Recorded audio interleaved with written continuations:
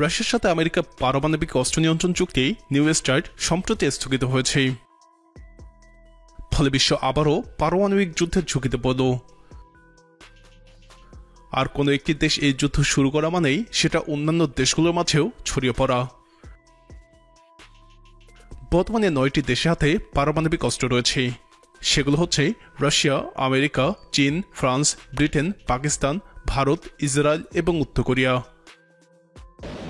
এই 9টি দেশের হাতে মোট 12,700টি পারমাণবিক ওয়ারহেড রয়েছে, যার মধ্যে 9,400টি সক্রিয় বা সামরিক মজুদাগারে রয়েছে। যুদ্ধের সময় 70,000 ওয়ারহেডের তুলনায় সংখ্যায় প্রচুর কম হলেও আগামী কয়েক দশকে পুনরায় এটি বাড়ার সম্ভাবনা রয়েছে এবং বর্তমান সময়ের ওয়ারহেডগুলো আরও বেশি ধ্বংসযজ্ঞ চালাতে সক্ষম।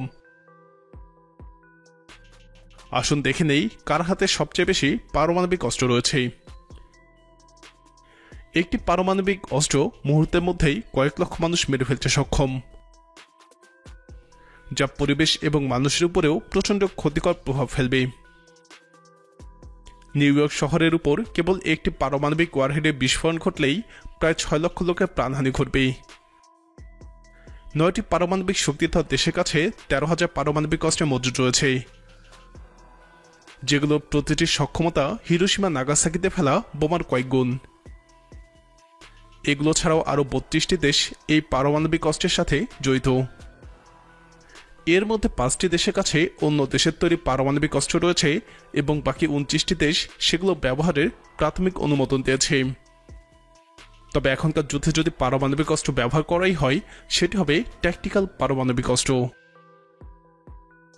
ট্যাকটিক্যাল পারমাণবিক অস্ত্র হলো এমন অস্ত্র যেগুলো রাশিয়া এবং আমেরিকার পারমাণবিক অস্ত্র সীমিতকরণ চুক্তির অন্তর্ভুক্ত নয়। দ্য ফেডারেশন অফ আমেরিকান সায়েন্টিস্টদের অনুমান অনুযায়ী বর্তমানে রাশিয়ার ট্যাকটিক্যাল পারমাণবিক ওয়ারহেডের সংখ্যা 1912টি। অন্যদিকে ইউরোপের 5টি দেশে আমেরিকার প্রায় 200টি ট্যাকটিক্যাল পারমাণবিক অস্ত্র রয়েছে। এগুলো ছোট আকারের অস্ত্র হিসেবে উল্লেখ করা হলেও এগুলোর পারমাণবিক সক্ষমতা 300 কিলোটন, যা হিরোশিমার বোমার তুলনায় 20 গুণ বেশি শক্তিশালী। যে যে দেশে আমেরিকার তৈরি পারমাণবিক ওয়ারহেড আছে তা দেখে নেওয়া যাক। বর্তমানে ন্যাটোভুক্ত ইউরোপের 5টি দেশে আমেরিকার তৈরি প্রায় 200টি পারমাণবিক ওয়ারহেড রয়েছে। এর মধ্যে ইটালিতে 80টি, তুরস্কে 50টি এবং বেলজিয়াম, জার্মানি ও নেদারল্যান্ডসে 15 থেকে 20টি করে পারমাণবিক ওয়ারহেড আছে।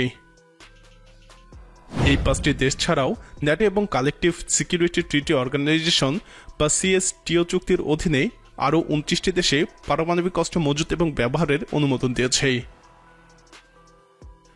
এগুলো হলো Albania, Armenia, Australia, Belarus, Bulgaria, Canada, Croatia, চেকিয়া, Denmark, Estonia, Finland, Greece, Hungary, Iceland, Japan, Latvia, Lithuania, Luxembourg, Montenegro, North Macedonia, Norway, Poland, Portugal, Romania, Slovakia, Slovenia, দক্ষিণ কোরিয়া, স্পেন এবং Sweden.